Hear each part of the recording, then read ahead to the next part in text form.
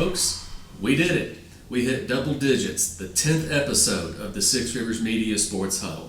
I'm J.D. Vaughn, your sports editor. Joining me as always, Jeff Birchfield, Andrew Smith, Brian Woodson. It's hard to believe there's just 2 weeks left of the high school football regular season in Tennessee, 3 in Virginia, of course. But it's here. It's down to crunch time.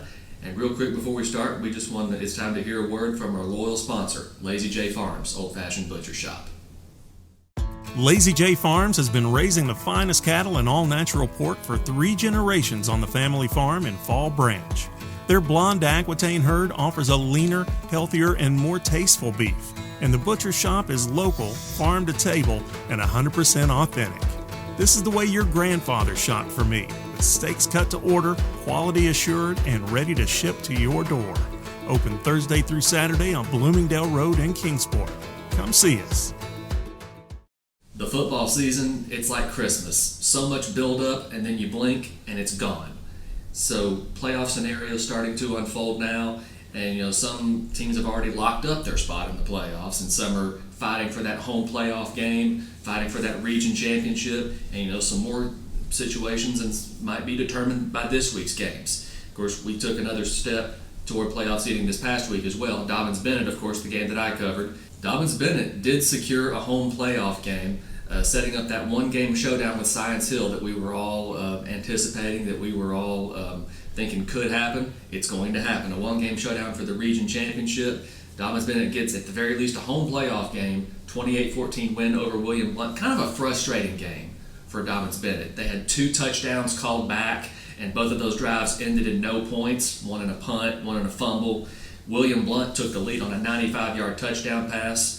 Other than that one play, the Dobyns-Bennett defense played pretty well. And they didn't allow another score until it was too late. It was midway through the fourth quarter, 28-7 at that point. Senior linebacker Gabe Marshall, 3 sacks, and quarterback hurries, another tackle for loss. He was all over the place for the Dobyns-Bennett defense out there. Of course, the defensive play of the game, honestly, there was this interception. Zayden Hayes, who's made a name for himself in basketball, he's going flying out of bounds. He bats the ball back in, knowing he's about to go out of bounds, and Peyton Franklin gets the interception and returns all the way down to the 15. Tegan Begley scores a few plays later. Tegan Begley, speaking of him, he has 211 yards and a touchdown. Would have had 216 had there not been kind of a questionable block in the back call down at the 5-yard line. And Jalen Thomas, seeing him having multiple touchdowns called back this season for penalties or whatever, he gets 2 touchdowns on a 13-yard run and a 9-yard pass from Austin Sykes. So just good for him, good for Jalen Thomas for sticking with it. He gets touchdowns that count this time. He even had one called back earlier on this game. But it sets up that one-game showdown with Science Hill at the end of the season. We're not quite there yet. We've still got another week for that. But this is just big for Dobyns-Bennett to get the 28-14 win, get that behind them. And speaking of that, Unaka County, this week ranked number 6 in the state. Jeff, you were there. Their first home game since Hurricane Helene. Can you describe the emotions and the atmosphere? Yeah, it was a great atmosphere there. They honored the first responders and other officials who've helped, since the hurricane in the rescue and relief efforts. They were named honorary team captains. Then the team came out and played great, that night. Colby Jones, quarterback, we're always talking about him, multi-sport star. He ended up 20 of 22 passing for like 221 yards. And then Dakota Cutlip, who was his favorite receiver, made some really great catches going up for some 50-50 balls. He ended up with like 8 catches for 141 yards. Unicoi, unfortunately, had lost their leading receiver, Garrett Sellers, the week before, but Coda really stepped in and played great, so he's been doing well. And then their defense just really came through and really had the game in hand for most of it. It's Claiborne scored a couple of touchdowns there in the fourth quarter, but like you said, 42-13, pretty convincing win for the Blue Devils. And they got some good news at the end of the game that Johnson County had beaten Gatlinburg-Pittman. So talking about setting up a showdown, now we got a showdown for the Region 3A championship, which Unicoi can play for a share of that with Johnson County and Gatlinburg-Pittman. Yeah. Coda Cutlip, 8 catches, 135 yards. He's going to get the 50-50 balls. Do we mention Where does he get the hops? Does he play basketball or anything like that? Yeah, of course. A lot of people will remember the name Cutler because his dad, Ken, who's current Unicoi County Athletic Director, was a longtime basketball coach over at Science Hill, and Coda's brothers also, played over there and were really good basketball players. One of his older brothers also a good football player. So, that's the thing, very athletic family, going back into the day when his dad and uncle, played like at University High and Daniel Boone. So, basketball. But Coda's, just another really good athlete on that team. And Unicoi County, like I said, they've got quite a bit of talent on that team for sure. Yeah. And speaking of areas affected by Hurricane Helene, Carter County obviously hit hard. Hampton, its first game back in the county since Hurricane Helene hit. They go to Unaka Monday night, get the win 58-18. Andrew, what can you say just about the emotions, and two, just the way Hampton played? Yeah, no, it was certainly an emotional night in Stony Creek on Monday. Before the game, Hampton honored both its middle school 8th graders and its seniors, given that it would be the last game they'd be playing in Carter County this season, at least in the regular season. But yeah, it was a strong performance for Hampton. You expect it to be the running game. It was the running game. They put up 50 points at halftime on 320 rushing yards. So, yeah, it was running the rock and running the rock some more. Two-head backfield with Dominic Burleson, who we've all come to know over the past couple of years, and a relatively new name, Peyton Townsend, kind of secondary running back, a little bit more of a speed threat out of the backfield. But Burleson, 15 carries for 150 yards and a couple scores. Townsend had 8 carries for 130 yards and 3 scores. So it was really just a balanced effort in terms between the rushers for Hampton. The quarterback, Max Wilson, ran for a touchdown. They didn't ask him to throw it much. They asked him to throw it twice. He completed both passes, one for a touchdown. So very efficient night for the Hampton offense. Hard to complain there. But if you're looking at one thing, that back end of the Hampton defense had their struggles a little bit on Monday. A couple big plays for Unaka, Connor McKay, a couple 50-yard touchdown passes to Ashton Fuller. I think there was 1 or 2 more plays that got called back due to penalties on Unaka, so they were there but didn't ultimately count. Big win for Hampton. It's a series that they've dominated over the long time now at this point. Big win for Hampton, for both teams, a quick turnaround. We'll talk more about that later. That Andrew kid's always making me feel old because I remember covering Adam Townsend. He was a Hampton running back before his motocross and MMA careers and all that. So, and of course, one thing I want to point out with the Hurricane Helene, Adam's been another guy who's gathered a lot of supplies and done a lot of good things for the community. Oh, absolutely. Adam's been seemingly everywhere across Hampton. Helps coach his son as well. So, big couple weeks for the Townsend family on and off the field. Hampton has not lost to Unaka, of course, since 1994. That streak's still very much intact. Brian, Gate City, you followed them to Lehigh this past week. They jump ahead, get a big lead, 42-13, but Brendan Pendergraft and the Generals, they make a game of it late. So can you describe the scene up in at Lehigh on Friday? It was long. It was an interesting. Like you said, Gate City jumped out big. They led 35-7.5. Then a little screen pass from Zane Reed to Corey Bird, and he ran 95 yards for a touchdown. So it's up 42-13 with a minute to go in the fourth quarter. Or third quarter. You think this game's over, and all of a sudden Pendergraft starts throwing the ball over the field, and he threw over 400 yards for 6 touchdowns, 4 of them to his brother. 3 in the fourth quarter. They recovered 2 onside kicks, so they kept getting the ball back, and they kept scoring. And if it wasn't for Gabe Johnson, who played, he didn't have a lot of tackles, like he had 4, but every play he made was huge. 2 fumble recoveries, 1 he returned for a touchdown, an interception. He recovered 2 of those onside kicks. He also, on the 2-point conversion attempts by Lee to possibly tie or take the lead, he was the guy who broke up the passes and stopped the play. So he had a remarkable game, and if it wasn't for him, I'm not sure they would have come out on top. But it was a very entertaining game. It was just a long one, but long and cold. It got cold over there. That's my first trip to 5-Star Stadium. I really enjoyed it. It's a beautiful place.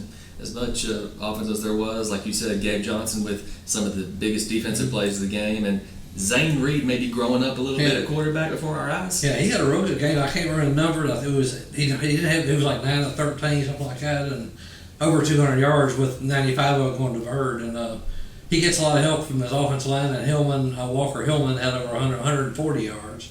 So it takes a little pressure off him, but he's playing pretty well. He looks really poised in the pocket, and when they come after him, he's able to scramble and find receivers. He's going to be a good player. Keeps Gate City very much in the playoff picture. Mm-hmm. Speaking of a playoff-bound team, Andrew, you covered David Crockett Friday night. They were trying to secure the home playoff game, couldn't get it done, came up short against Morristown West. Meanwhile, Daniel Boone on the road at number 2 Sevier County comes up short 49-0. So just take us through that game Friday night that you covered in David Crockett.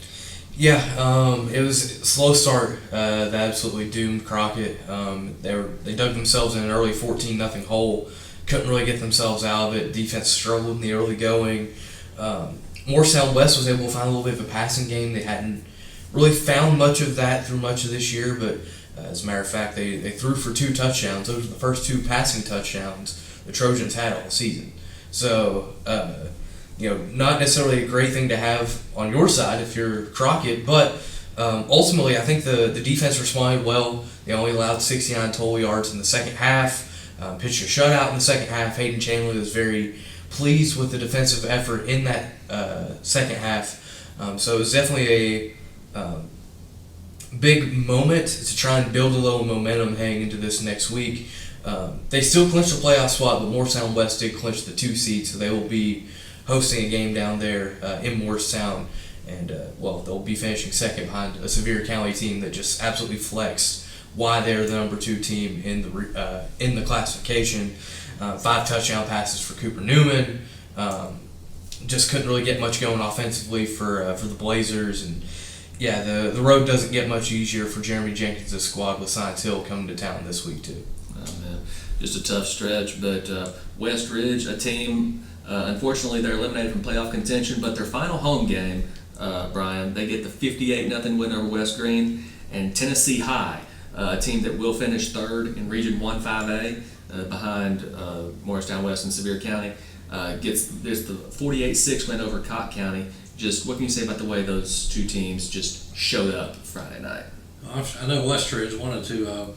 They're frustrated from missing the playoffs. They were expecting big things this year, and West Green, of course, is a lot smaller school, and Westridge took advantage, scored 35 second quarter points, and just went from there. And they wanted. If they win their final 2 games, they finished with 6 wins, which isn't bad.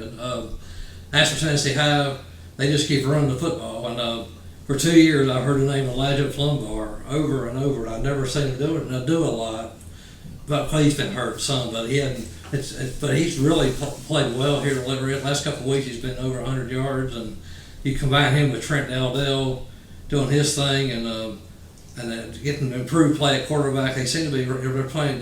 Tennessee High is playing pretty well right now. They've won 5 in a row, I believe it is right now. So yeah, and big night too from Turner Elliott.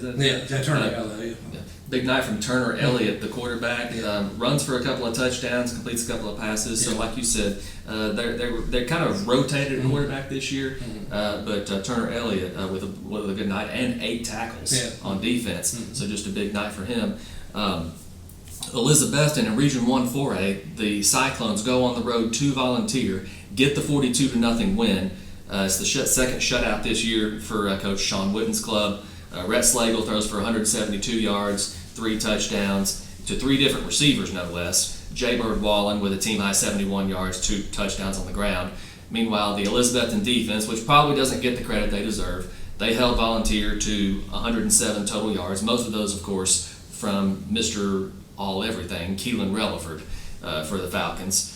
Cherokee plays host to Sullivan East. It's a battle of the 2 top quarterbacks in the area, Landon Jeffers of Cherokee, Peyton Lingerfeld of Sullivan East. Landon Jeffers and the Chiefs, they get the upper hand in this one. Outcome never really in question. Jeffers is pretty close to perfect. 14 of 16, 278 yards, 4 touchdowns.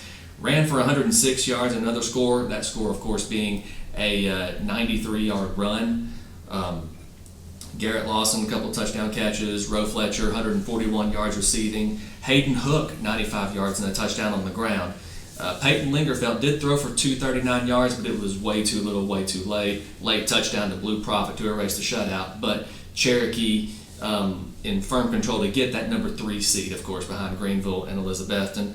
And Johnson County, the game we talked about earlier, Jay Stout, the quarterback, he only threw for 39 yards, but he ran for 118 and 2 touchdowns. So let's look, just a big win for Johnson County over Gatlinburg Pittman. Over in Carter County, Happy Valley gets a shutout win over Cumberland Gap. They're still very much on track for a home playoff game should they handle their business, and they did this week.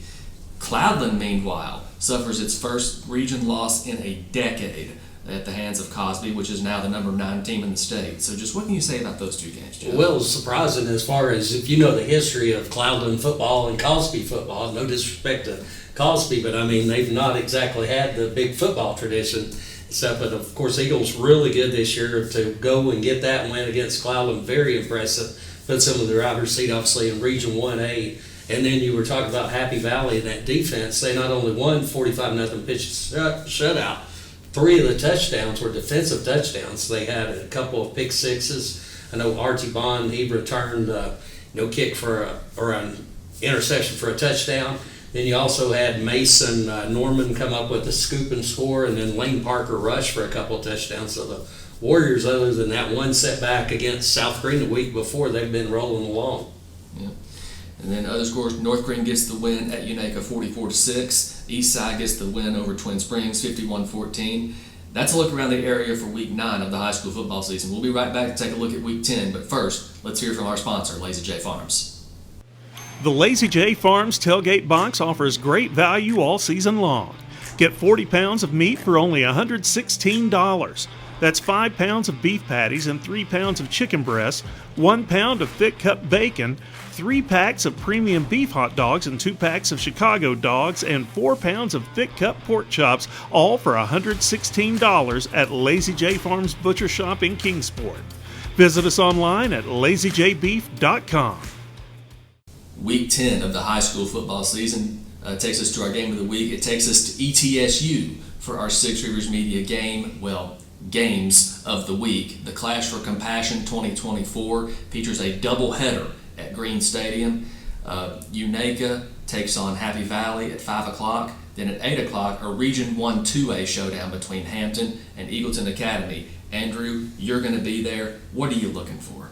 I'm looking forward to just being a good community rallying event. Obviously, a lot's been going on in Carter County the past few weeks, so a chance for a bunch of communities to just kind of come together in Johnson City for a good cause. They're going to be free admission there at ETSU. They're going to be asking for donations for flood relief and recovery. But in terms of on the field, that first game, Unaka, Happy Valley, County Clash, it's going to be tough for Unaka. Quick turnaround after Monday night's game against Hampton, and Happy Valley runs a very similar style, plays a very similar style to what Hampton does. Run heavy, tough defense. It'll be a tall task for the Rangers. Jeff just talked about a moment ago the strength of Happy Valley being their defense. 3 defensive scorers last week. Certainly will be a tough task for the Unaka passing attack to try and build drives against Happy Valley. I think if they are going to find success in this game, they're going to have to do what they did against Hampton and really hit some explosive plays down the field. Now, that'll be tough. Happy Valley's pretty good at keeping things in front of them, making you drive the length of the field. So to me, that's where the game will be won and lost, is can Unaka hit some explosive plays to hang around, and the longer they hang around, the more belief that'll be in that sideline that, hey, we can steal this game. Game 2 of the night, that's probably going to be the bigger game, given it's a conference game. Eagleton and Hampton. Hampton still trying to stay in the hunt for potentially a home playoff game. A win would clinch their spot in the postseason, but obviously they're hoping for more. A win would put them in a tie for second with Happy Valley. Obviously the Warriors have the tiebreaker there, but also worth noting the last week of the year, Hampton will be playing 1 seed South Green on Halloween. So that race is not quite settled yet, at least if Hampton has anything to say about it. But Eagleton, they've been a tough foe They're sitting at 1-2 in the region. A win for them kind of flips things on their head and certainly puts Eagleton in a spot to battle for a playoff spot still. Obviously for Hampton, it's the running game. Mentioned Burleson and Townsend earlier, but keep an eye out for Max Wilson, the quarterback. He ran for a score on Monday night. And also look out for Jaden Kuhn. He kind of plays a little fullback, maybe a little tight end. They've showcased him a little bit in the running game too. Also a very good blocker. So on the offensive side of the ball, I think that's where, if I'm Eagleton, I want to key in. I want to key on number 40, Kuhn. Wherever he's leading, that's where Townsend and Burleson are likely to go. So big couple games at ETSU on Friday. Sure. Speaking of having clinched playoffs, of course, we just talked about Dobbins Bennett having clinched a home playoff game. David Crockett will be the number 4 seed in Region 1-5A. Those two teams will get together this Friday at J. Fred Johnson Stadium in Kingsport. It'll be senior night for Dobbins Bennett, and Joey Christian was really praising his seniors for blocking out the outside noise this week. Need to play. We can get them back up. I'm telling you, number 3, Lamarcus Dunn. The ball's going to get to him. They're probably going to take 10 deep shots against us Friday night with him. And if they don't, I'll be shocked. I would. If I had him, that's what we would do. I would fire our offensive coaches if we didn't throw it deep to him twice a quarter. So that's what I'm expecting. That's what they should do. We better be prepared for it. We better be ready to cover his hind end because he's a dang good football player. Last year we finished 5-5, I guess, and that's not where we want to be or anybody wants to be in the program and things like that. And this year, there's a lot of people who thought, man, I mean, this thing's kind of tearing down. It's kind of being chipped away. But we got some senior leadership on this with these guys, and we lost. We lost 2 of them that was going to be starters for us before the season ever started. Luke Cox and Jimmy Taylor, they were going to be an integral part of what we do. But you talk about the Will Fords, the Gabe Marshalls, the Peyton Franklins, those guys that have come in and have played so good, and then guys that have carved their own roles. Cooper Reeds, Parker the Ford is playing so well for us right now. If we can get Parker to practice, he would have been out there a whole lot quicker. Devin Murdoch, those guys that have come in, and honestly, a lot of them have had to wait until their senior year. It's high school sports, and kids, but mostly parents are impatient, and like if their kid ain't playing, we'll just quit. Or we'll move somewhere else. We'll do something else. You're not getting the ball, we'll move. We'll do something else. And what are you teaching your kids? But you look at the Cooper Reeds. You look at the Devin Murdochs, you look at these guys that have waited their senior year, and now Javon Graves, golly, I couldn't ever leave him out. That these guys are playing at a high level and have won close games. We have been able to pull out those close games this year. Just really proud. Can't say enough about all of our seniors. I know I'm leaving some people out, but all of our guys that in our senior class has done such a great job. Dylan Murray, Friday scores his first touchdown ever. Just another one of those that just works every day, wants to be good. Has done great for Dobbins Bennett football, and he'll be great in life too. David Crockett, obviously they are the number 4 seed from Region 1-5A. They're back in the playoffs. It's a step in the right direction after missing the postseason a year ago, but still not quite where Coach Hayden Shanley and the Pioneers want to be. Especially after winning region championships just a few years back. That's where they want to be, winning region championships, winning playoff games. But Hayden Shanley, he still has a lot of praise for this senior class and the sophomores and the juniors that are coming up. Yeah, of course, AJ, he's 7 starts in now and has really grown up so much. And it's a week-by-week thing. Last week you look at the box score and you say, well, he threw 2 interceptions. Well, both those were drops, that just happened to fall in a defender's hands.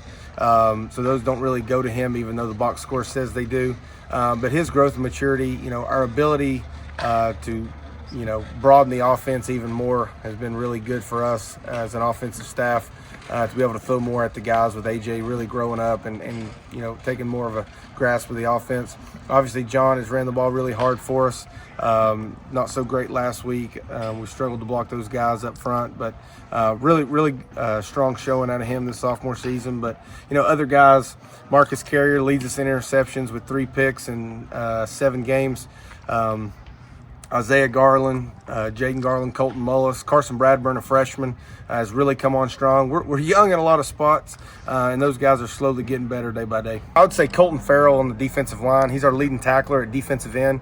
Wrestler, 4th or 5th in the state last year at the wrestling state tournament. Just plays so freaking hard and only weighs about 175 pounds, 180 pounds, but just plays his tail off. Blake Delph up front's been really good for us as well.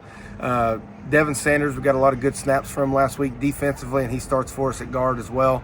Like I said, Marcus Carrier came up with his 3rd interception last week as a sophomore. Missed the entire season last year with a torn ACL. First rep of his freshman year out here in the summer, tore his ACL, come back, now he leads us in interceptions with 3. Obviously, Zeke has found the end zone for us, I think probably more than anybody, and he's been a tremendous leader for us, and he's obviously going to have a big night Friday night for us to be successful.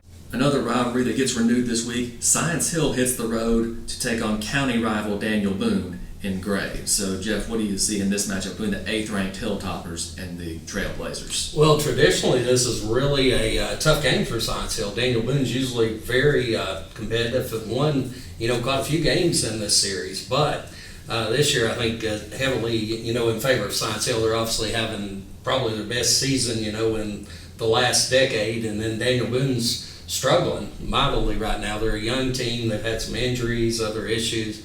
Daniel Boone still has some talent, though. I mean, Drew Fleming's a good little running back, but one problem, he's a sophomore. Quinlan Held, he's a good receiver and defensive back. He's a sophomore. They do have a couple of senior standouts with the tight end, A.J. Burke, and Josh Griggs on the defensive side, who's a linebacker, but, they're also starting a sophomore quarterback with Cole Stevenson. And, they're going against a fantastic Science Hill team. We've talked about the 4 horsemen Russian attack, with, Baylor Necessary, Aiden Perry, who transferred from Boone to Science Hill, Ian Mathis, and Malik Anderson. Those guys have just been terrific. And we talked to Stacy Carter, and he talked about Science Hill had the bye week and how it really helped them get a little healthier going into this game. Gabe's healed out. He's in the concussion protocol. Don't know if he'll play this week, but there's a possibility. But it gave, an extra week for Julian Emile to heal up.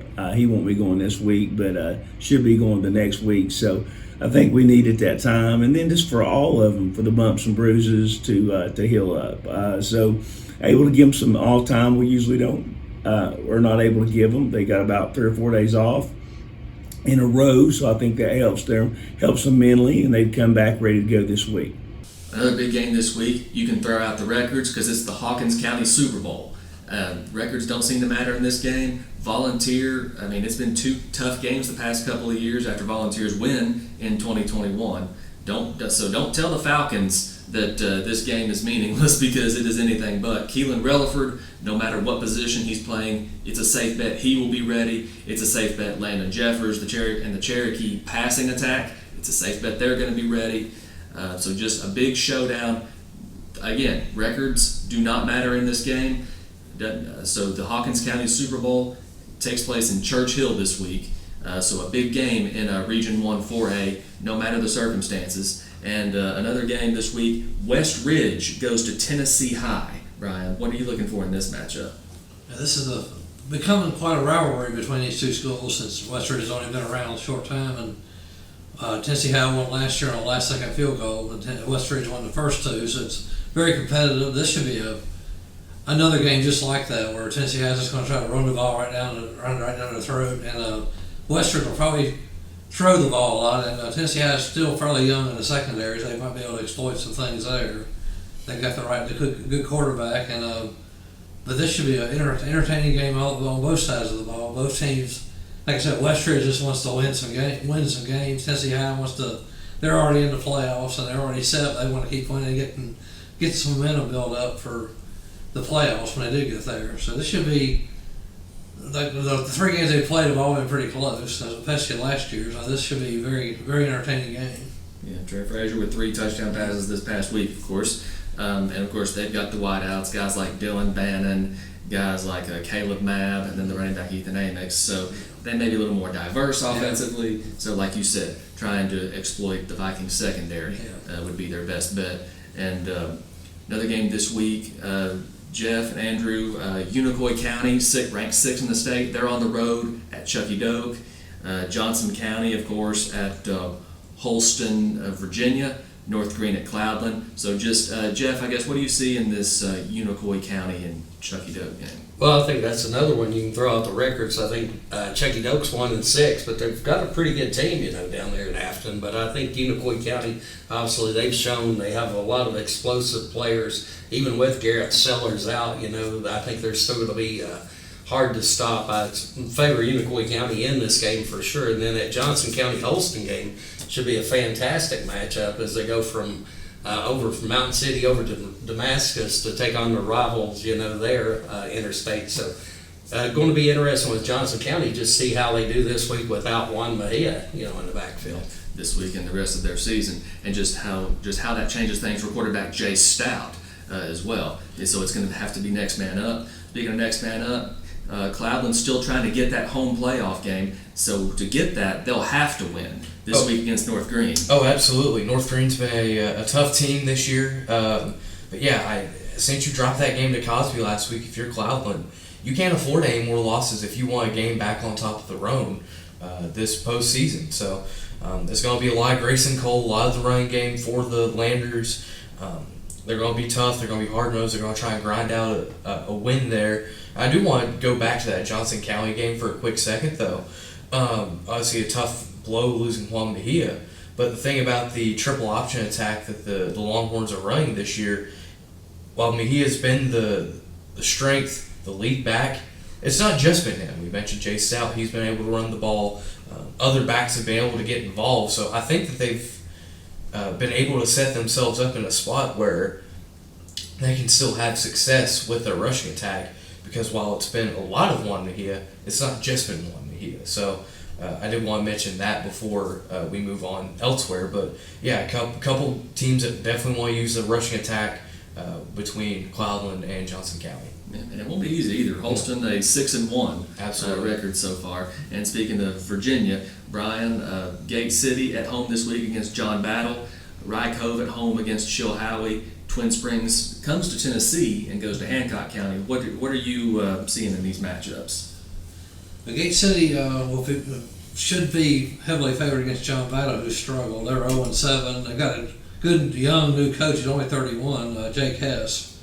But he just Battle's had struggles for years, really, to get their football program going. And this has been another year, though. They just haven't been able to get on the scoreboard or stop the other team.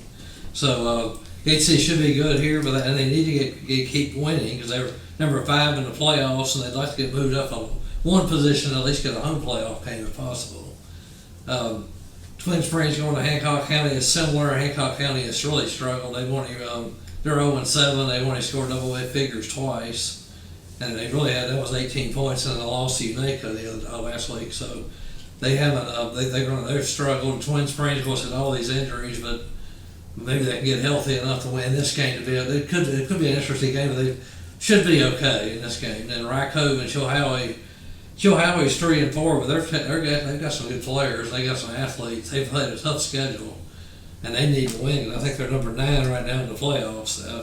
Rye Cove's number 1. So I wouldn't count out Chilhowie. I think this could be a good ball game. Chilhowie's usually pretty big and inside. They got a good experienced quarterback. Noah Hill's a terrific receiver.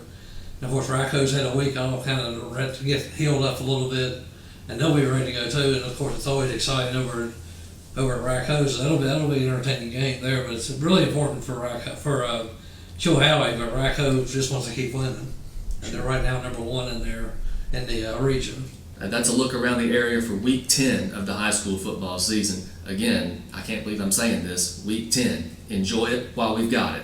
That's been a look around the area. This has been the Six Rivers Media Sports Huddle, and thank you once again to Lazy J Farms. Lazy J Farms has been raising the finest cattle in all-natural pork for 3 generations. Our blonde Aquitaine herd offers a leaner, healthier, and more tasteful beef that ships from our store directly to your freezer. This is the way your grandfather shot for meat, only now we wrap it, seal it, and send it right to your door. We have plenty of options to pick from, and they're all fresh and natural. Just visit our website at lazyjbeef.com and choose your package. We'll get it straight to you.